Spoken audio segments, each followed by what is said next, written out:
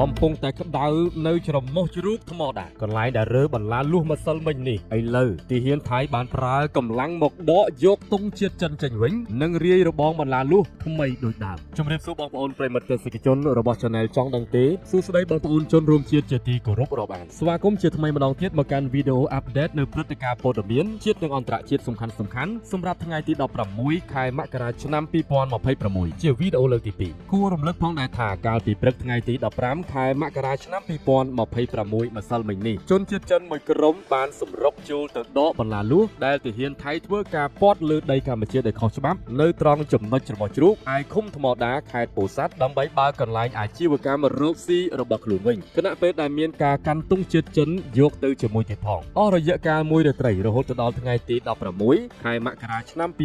2026នេះទាហានថៃចាប់ផ្ដើមធ្វើសកម្មភាពដកយកទង់ជាតិចិនចេញវិញនិងរាយបន្លាលួសដោយដើមនេះបើតាមប្រភពប្រជាពលរដ្ឋនៅក្នុងតំបន់មូលដ្ឋានជាក់ស្ដែងបានធ្វើការបង្ហោះនៅតាមបណ្ដាញសង្គម Facebook កាលពីព្រឹកថ្ងៃទី16ខែមករាឆ្នាំ2026នេះបងប្អូនប្រិយមិត្តទេសនិកជនជនរួមជាតិជាទីគោរពរាប់អានយើងឃើញថាសកម្មភាពរបស់ទាហានថៃគឺវាបានប្រើប្រាស់នៅល្បិចកីកលក៏ដូចជាយុទ្ធសាស្ត្រគ្រប់បែបយ៉ាងទាំងអស់ម្សិលមិញនេះគឺមិនធម្មតាទេបងប្អូនយើងឃើញថាមេទាហានរបស់ថៃបានប្រាប់ទៅកាន់ជនជាតិចិនថាគេព័ទ្ធបន្លាលួសនេះដើម្បីការពារទ្រព្យសម្បត្តិឲ្យអ្នករកស៊ីជាជនជាតិចិននោះកុំឲ្យមានការបាត់បង់អញ្ចឹងមានន័យថាចង់ចោទប្រកាន់ថាប្រជាជនកម្ពុជានឹងអ្នកលួចរបស់របររបស់ជនជាតិចិនដែរឬយ៉ាងណាចុះត្រង់សកម្មភាពរបស់ទាហានថៃដែលធ្វើការចូលគាស់ផ្ទះរបស់ប្រជាជនកម្ពុជាហើយជួលយកទ្រព្យសម្បត្តិមានតម្លៃរួមទាំងយានជំនិះសត្វពន្លត់លុយកាក់គ្រឿងអលង្ការផ្សេងៗទាំងអស់នោះថាតើអ្នកណាជាចោរឲ្យពិតប្រាកដដូច្នេះម្សិលមិញនេះគ្រប់ពាក្យគ្រប់ម៉ាត់របស់យោធាថៃ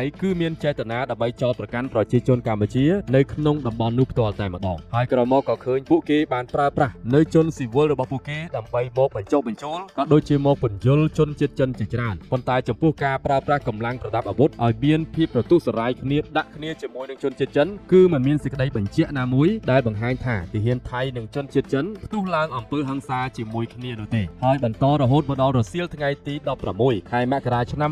2026នេះស្ថានភាពនៃការរាយបន្លាលួសរបស់ទាហានថៃក៏មិនទាន់មានអន្តរាគមន៍ឬក៏ប្រតិកម្មអ្វីចេញពីជនជាតិចិនផងដែរដូច្នេះយើងមានតែបន្តតាមដានមើលទៅមុខទៀតថាតើសកម្មភាពរបស់ជនជាតិចិននៅត្រឹងត្រឹមប៉ុណ្ណេះឬមានការប្រែប្រួលបែបណាបងប្អូនជនរួមជាតិប្រិយមិត្តទេសនិកជនរបស់ Channel ចង់ដឹងទេជាទីគោរពរាប់អានសូមស្លេះត្រឹមនឹងចោះចំពោះព័ត៌មាននិងព្រឹត្តិការណ៍សំខាន់របស់ជាតិឥឡូវនេះសូមនាំបងប្អូនមកដឹងអំពីហេតុការណ៍អាក្រក់មួយទៀតបាននឹងកំពុងតែកើតឡើងនៅក្នុងប្រទេសថៃពិសេសគឺទើបតែវេលាព្រឹកថ្ងៃទី16ខែមករាឆ្នាំ2026នេះផ្ទាល់តែម្ដងថ្មីមិញនេះទេបងប្អូនគឺមានករណីផ្ទុះឆេះឡានដឹកសាំងខ្នាតធំមួយគ្រឿងនៅចំកណ្ដាលផ្លូវនៅក្នុងខេត្តនគររាជសីមានៅក្នុងករណីផ្ទុះឆេះឡានដឹកសាំងនៅចំកណ្ដាលផ្លូវមួយកន្លែងគួរឲ្យរន្ធត់មួយនេះបើតាមរយៈសារព័ត៌មានរបស់ប្រទេសថៃបានជម្រាបជូនឲ្យដឹងថាហេតុការណ៍កាលលើនេះបានកើតឡើងនៅវេលាម៉ោងប្រមាណជា11ថ្ងៃត្រង់នាថ្ងៃទី16ខែមករាឆ្នាំ2026នៅលើផ្លូវ Highway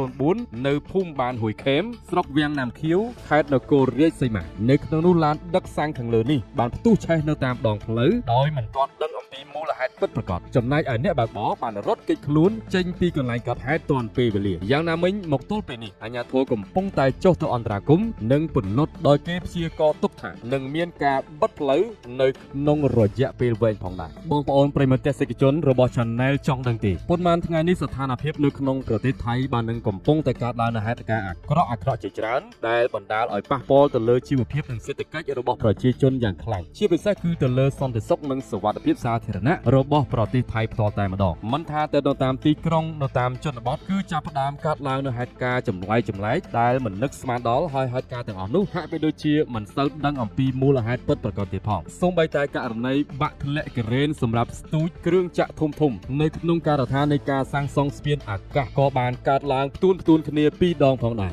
លើកទី1គឺបាក់ទូក្រែនធ្លាក់សង្កត់ទូរថភ្លើងស្លាប់អស់32នាក់និងរងរបួសជិត100នាក់ឯណោះហើយក្រោយមកក៏មានករណី ដីបាក់ស្ពានអាកាសនោះបន្ថែមទៀតពលគឺនៅសុកបាក់ធ្លាក់សង្កត់មកលើរថយន្តស្ដែង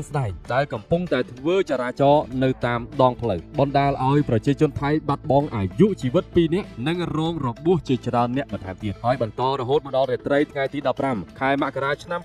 2026យប់វិញនេះនៅមានករណីភ្លើងឆេះបំពង់ទុយោទឹកស្អុយនៅចំកណ្ដាលស្ពានតំណាងរាជរបស់ស្ដេចរាមាទី9ទៀតជាមួយគ្នានេះផងដែរកាលពីម្សិលមិញមានហេតុការណ៍អាក្រក់មួយទៀតបានកើតឡើងបាននឹងកំពុងតែបង្កចលាចលធ្វើឲ្យប្រជាជនរាប់សិបនាក់កំពុងតែកើតជំងឺថ្មីក្រោមឥទ្ធិពលនៃសារធាតុគីមីដែលហូរចេញពីរោងចក្រទន្ទឹមទៅនឹងអាជ្ញាធរធ្វើការទប់ស្កាត់នៅប្រព័ន្ធលំហូរទឹកទាំងអស់នោះយ៉ាងលំបាកហើយមកទល់ពេលនេះមិនទាន់បានជោគជ័យនៅឡើយទេដោយសារតែលំហូរនៃទឹកនោះបានជ្រាបនៅសារធាតុគីមីចូលទៅកាន់តំបន់ជិតៗនោះដែលបង្កឲ្យប្រជាជនថៃពិបាករស់នៅនិងធ្វើឲ្យមានការជម្លៀសប្រជាជនចេញពីតំបន់ខ្លះពីព្រោះថាសារធាតុគីមីទាំងអស់នោះវាបានជំរុញធ្វើឲ្យប្រជាជនរបស់ថៃទាំងក្មេងទាំងចាស់ទាំងសិស្សានុសិស្សមានអាការៈហាក់បីដូចជាកើតជំងឺថ្មីអស់កម្លាំងល្ហិតល្ហៃនិងអាចឈានរហូតទៅដល់បាត់បង់អាយុជីវិតទៀតផងតាមប្រភពព័ត៌មាននៃក្នុងស្រុករបស់ថៃមួយបានចុះផ្សាយថាអាជ្ញាធរនៅក្នុងខេត្តសមុទ្រប្រការប្រទេសថៃបានចុះអន្តរាគមន៍យ៉ាងតក់ក្រហល់កាលពីថ្ងៃទី15ខែមករាឆ្នាំ2026កន្លងទៅនេះបន្ទាប់ពីមានករណីធ្លាយសារធាតុគីមីចេញពីរោងចក្រមួយកន្លែងនៅក្នុងតំបន់សហគមន៍សងភ្នងស្ថិតនៅខាងក្រោយផ្សារគូសាងដែលបានបង្កឲ្យប្រជាពលរដ្ឋនៅក្នុងភូមិទាំងមូលរងផលប៉ះពាល់យ៉ាងខ្លាំងចំពោះសុខភាពយោងទៅតាមសេចក្តីរាយការណ៍ជុំវិញហេតុការណ៍នេះបានដឹងថាភាពមិនប្រក្រតីបានចាប់ផ្ដើមកើតឡើងបង្កឲ្យមានក្លិនស្អុយនៅប្រភេទឧស្ម័នម្យ៉ាងស្រដៀងទៅនឹងទឹកថ្នាំលាងក្រចកបានភាយពាសពេញសហគមន៍បណ្ដាលឲ្យអ្នកភូមិរាប់សិបនាក់មានអាការៈវិលមុខឈឺក្បាលនិងក្អួតចង្អោរហើយជាបន្តរហូតទៅដល់ថ្នាក់រថយន្តសង្គ្រោះបន្ទាន់ជាច្រើនគ្រឿងត្រូវបានបញ្ជូនមកចតតម្រៀបត្រៀបត្រាដើម្បីដឹកអ្នករងគ្រោះប្រមាណជា17នាក់ទៅកាន់មន្ទីរពេទ្យជាបន្ទាន់ទន្ទឹមនឹងនេះការចុះបាញ់ថ្នាំបង្ក្រាបក្លិនស្អុយនេះដើម្បីគ្រប់គ្រងស្ថានភាពអាជ្ញាធរក៏បានសម្រេចជម្លៀសសិស្សានុសិស្សនិងប្រជាពលរដ្ឋចេញពីតំបន់គ្រោះថ្នាក់ជាបណ្ដោះអាសន្នដើម្បីបង្ការហានិភ័យបន្ថែមទៀតករណីការស៊ើបអង្កេតរកប្រភពច្បាស់លាស់និងការទទួលខុសត្រូវពីរោងចក្រដែលបង្កហេតុកំពុងតែត្រូវបានធ្វើឡើងយ៉ាងតឹងរ៉ឹងបំផុតសូមខន្តីអភ័យទោសរាល់កំហុសខុសឆ្គងដែលកើតឡើងដោយអចេតនាអរគុណដល់បងប្អូនដែលចំណាយពេលវេលានៅក្នុងការតាមដានទស្សនានិងស្ដាប់នៅព្រឹត្តិការណ៍នៃការអាប់ដេតព័ត៌មានសម្រាប់ថ្ងៃទី16ខែមករាឆ្នាំ